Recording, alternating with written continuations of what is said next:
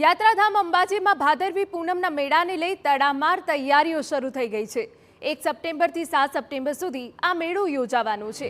ભાદરવી પૂનમના મેળામાં લાખો ભક્તો દર્શને આવતા હોય છે, ત્યારે હવે અનેક સેવાભાવી સંસ્થાઓ પણ ભક્તોની સેવા માટે આગળ આવી છે।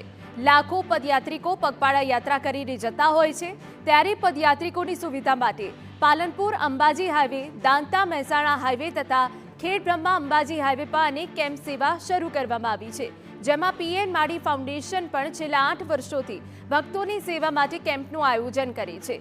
આ સેવા કેમ્પમાં યાત્રિકો માટે રહેવા જમવાની સુવિધા, તબીબી સારવાર તથા આરામ માટેની વ્યવસ્થા ઊભી કરવામાં આવી છે।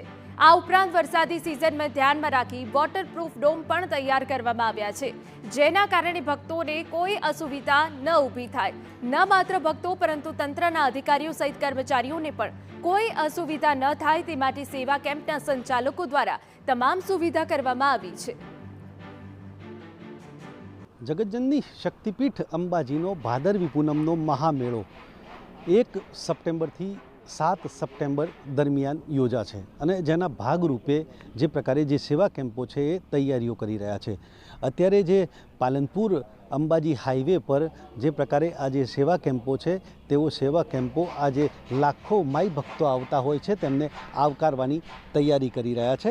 ત્યારે વર્ષોથી જે સેવા કેમ્પના સંચાલકો છે અને આ સંચાલકો છે તે અનેક પ્રકારની સેવાઓ આપે છે અને આ સેવાઓને લઈને જે પ્રકારે માઈ ભક્તો છે એ પોતાની થાક પણ દૂર કરી શકે છે અને જે પ્રકારે પોતાની સુખ સુવિધા અને સગવડો પણ સાચવી શકાય છે। આવા જ છે એક પીએન માળી ફાઉન્ડેશનના જે છે પીએન માળી અત્યારે આપણી સાથે છે, જે સેવા કેમ્પ કરે છે।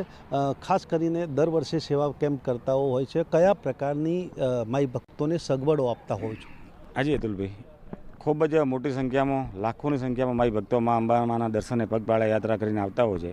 ખૂબ જ 500-700 કિલોમીટર, 400 કિલોમીટરથી ગુજરાતભરમાંથી જ્યારે પીએન માળી ફાઉન્ડેશન દ્વારા ધોરી મુકામે આપણે કેમ્પ કરવામાં આવે છે। લાસ્ટ યર પણ આપણે કેમ્પ કર્યો હતો, આ ફેરે પણ કેમ્પની તાડમાર તૈયારીઓ ચાલુ છે છેલ્લા 10-12 દિવસથી અને આ અઠવાડિયામાં આવતા વીકમાં કેમ્પનું આખું કામ પૂર્ણ થઈ છે અને 2-9થી 6-9 સુધી આ પીએન માળી ફાઉન્ડેશન દ્વારા રહેવાની, જમવાની, મેડિકલ, ડૉક્ટરો બધા જ લોકો અહીંયા માઈ ભક્તો જે આવે એમને ક્યાંય તકલીફ ના પડે, કોઈ એક પ્રકારની એમને તકલીફ ના પડે, કોઈ અમે કચાશ નથી છોડવાના। જે માઈ ભક્તો આવે છે એ બધા પણ આ સેવાનો લાભ લે એવું બધાને હું અરજ કરું। મા જગતજનની અંબામાં જે માઈ ભક્તો આશા લઈને આવતા હોય છે એમની બધી જ આશામાં પૂર્ણ કરે એવી મા જગતજનની અંબામાને 2 હાથ જોડીને પ્રાર્થના પણ કરું છું અને ખૂબ મોટી સંખ્યામાં લોકો અહીંયા જોડાવાના છે, ગુજરાતભરમાંથી જોડાવાના છે। લાસ્ટ યર કરતાં પણ આ ફેરે 10 લાખ પબ્લિક મા જગતજનની અંબામાં દર્શન કરવા માટે વધારે આવવાની છે। એ લોકોના અમારી ઉપર ફોન આવે છે, તો બધી મા જગતજનની મા અંબામાં બધી જ બધાની મનોકામના, બધી ઈચ્છા પૂરી કરે। જય અંબે।